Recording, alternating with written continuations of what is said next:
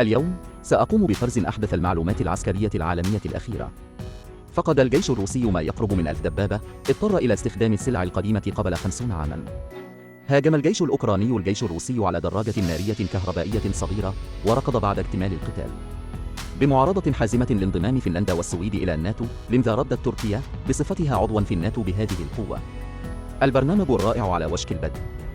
استمرت الحرب لمدة 3 أشهر منذ غزو روسيا لأوكرانيا. والآن روسيا ليس لديها مخزون من الصواريخ الموجهة بدقة فحسب، بل حتى الدبابات تبدو غير كافية. ومؤخرا تم التقاط مقطع فيديو في محطة سكة حديد ميليتوبول في جنوب شرق أوكرانيا.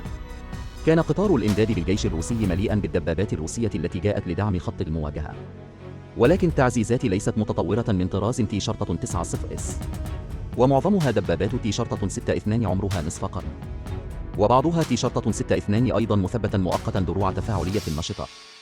والبعض الآخر هو النوع الأساسي من برج الحديد الزهر. ومن الواضح أن هذه الدبابة القتالية الرئيسية التي عفى عليها الزمن. الظهور في الحروب الحديثة هو بلا شك شاذ للغاية. من الواضح أنه إذا كانت روسيا لا تفتقر إلى دبابات القتال الرئيسية المتقدمة مثل تي شرطة 90M، أو لا يزال لدى الجيش الروسي ما يكفي من الدروع لشن هجوم، فلن تظهر دبابات تي شرطة 62 القديمة هذه بالقرب من الجبهة الشرقية لأوكرانيا. وفي الواقع هذه ليست المرة الأولى التي يستخدم فيها الجيش الروسي دبابات قديمة لتكملة القوة المدرعة. منذ وقت ليس ببعيد، وجدت وسائل الإعلام أن الجيش الروسي بدأ في استخدام دبابات تي شرطة 72A بالقديمة المخزنة ووضعها في ساحة المعركة. يعتقد المحللون العسكريون الأمريكيون هذه إشارة إلى أن القوات المدرعة الروسية قد ضعفت بشكل كبير. بالطبع لا يخلو الأمر من احتمالات أخرى. على سبيل المثال، يخطط الجيش الروسي لبناء قاعدة عسكرية جديدة في منطقة خرسون ودعم القوات المسلحة المحلية. ويمكن استخدام دبابات القتال الرئيسية القديمة هذه لتسليح الميليشيات المحلية والتدريب وما إلى ذلك. ولكن بالمقارنة مع الخسارة المستمرة لساحة المعركة الأمامية، فإن هذا الاحتمال صغير جدا. ويعتقد المزيد من التحليل أن الجيش الروسي يعيد تشغيل دبابات تي شرطة 62 مرتبطة بالخسارة المستمرة للقوات المدرعة الروسية. منذ بداية الحرب، تعرض الجيش الروسي لهجمات متكررة بالصواريخ الأوكرانية المضادة للدبابات والطائرات بدون طيار وحتى مدافع الهاوتزر، إلى جانب إجبار الجيش الروسي على الجبهة الشمالية على القيام بتراجع خفيف، مما أدى إلى فقدان عدد كبير من دبابات القتال الرئيسية النشطة. تعتقد وسائل الإعلام الأوكرانية أن عدد الدبابات الروسية المفقودة بلغ حوالي 1300 دبابة. ووفقا للمعلومات الواردة من الولايات المتحدة، فإن عدد الدبابات الروسية المفقودة قد يصل إلى حوالي 1000 دبابة. بالنظر إلى أن الجيش الروسي لا يزال لديه احتياجات الدفاع الوطني، فإن هذه الخسارة ضخمة بلا شك بالنسبة لروسيا. ولكن بفضل تراكم الفترة السوفيتية، فإن روسيا هي الأفضل في العالم في احتياطيات الدبابات. قبل إيقاف دبابة القتال الرئيسية تي شرطة 62 في عام 1975، كان لدى الاتحاد السوفيتي أكثر من 20,000 دبابة قتال رئيسية من طراز تي شرطة 62. حتى بعد سنوات عديدة، كان هناك ما لا يقل عن 2000 دبابة من طراز شرطة 62 في مقبرة الدبابات الروسية. وكان هذا النوع من الدبابات مجهزا بمدفع أملس عيار 115 ملم، والذي يمكن أن يقال أن لديه قوة زائدة في مهاجمة أهداف الدروع الخفيفة والتحصينات. لذلك لم يكن من المستحيل نقله إلى أوكرانيا. ولكن تجدر الإشارة إلى أن إجبارها على استخدام دبابات تي شرطة 62 يعني أن روسيا قد أجبرت على التورط في حرب غير مواتية للغاية لروسيا نفسها. وفقا لتقرير الدفاع الأمريكي، في الحرب الحالية مع روسيا، يستخدم المقاتلون الأوكرانيون الدراجات البخارية الكهربائية فائقة الهدوء لنقل الأسلحة وغيرها من المهام المهمة. ويقول التقرير إن الدراجات البخارية الكهربائية تمنح القوات الأوكرانية ميزة مهمة في القتال بسبب سرعتها العالية. هو أيضا مرن للغاية، والأداء الصامت أقوى بكثير من الدراجات البخارية التي تعمل بالبنزين، وهي أداة ممتازة لأداء مهام دورية اليقظة، لأن الأداء الصامت الممتاز لن يزعج الجيش الروسي، ولكن أيضا وسيلة النقل المثالية لنشر الأسلحة في الموقع. قال الموظفون الأوكرانيون المعنيون إن الجيش قام أيضا بتعديل الدراجات البخارية الكهربائية لحمل أسلحة خفيفة مضادة للدبابات.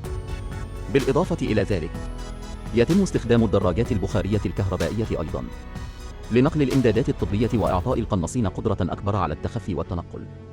الدراجات البخارية الكهربائية من إنتاج شركة تسمى إليك موديليات ميليتاري، سعر كل دراجة حوالي 4200 دولار أمريكي. السرعة القصوى 90 كيلومترا في الساعة، ويمكن شحنها بالكامل في 5 ساعات. والسفر 150 كيلومترا في المرة الواحدة. والحمل ما يصل إلى 150 كيلوغراما من المعدات. من أجل التكيف مع بيئة ساحة المعركة، إنها مجهزة خصيصا بمجموعة من أنظمة التعليق على الطرق الوعرة. كما تم تخصيص الفرامل والعجلات بشكل خاص، مما يجعلها تتمتع بقدرة قوية على الطرق الوعرة. والأهم من ذلك أنه حتى على مسافة قريبة جدا لا يستطيع الجيش الروسي تسمع صوتها، ولأنها تحتوي فقط على محرك كهربائي، فإنها لا تتأثر بسهولة بنظام التصوير الحراري الروسي، ويمكن استخدام الطائرة بدون طيار أن تضرب ثم تركض، ولا يستطيع الجيش الروسي اكتشافها على الإطلاق. وبحسب وكالة الأنباء الفرنسية، فإن الرئيس التركي رجب طيب أردوغان صرح مرة أخرى موقفه مؤخرا، قائلا إنه طالما أنه لا يزال رئيسا لتركيا، فإنه لن يسمح للدول التي تدعم الإرهاب بالانضمام إلى الناتو. ويشير إلى فنلندا والسويد بمجرد النظر إلى الجملة التي قالها، لأنه لم يذكر اسم فنلندا والسويد مباشرة. يبدو أنه يترك مجالا للمناورة، ولكن تجدر الإشارة إلى أنه قبل ذلك أوضحت فنلندا أنها لن تغير قوانينها الخاصة بسبب تركيا، ولن تسلم الأبرياء إلى تركيا. لطالما اتخذت تركيا موقفا معارضا بعد أن تقدمت الدولتان بطلبات للانضمام إلى الناتو، وسبب المعارضة هو أن البلدين كانا يدعمان حزب العمال الكردستاني، بل إن الولايات المتحدة اعترفت بالمنظمة كمنظمة إرهابية.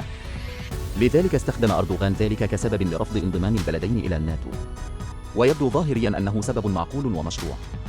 وفقا للوائح الناتو، يجب على الناتو قبول أعضاء جدد فقط بموافقة إجماع الدول الأعضاء 30، الأمر الذي يمنح تركيا حق النقد تقريبا، مما يعني أيضا أن تركيا يمكنها كسب المزيد من المصالح لنفسها.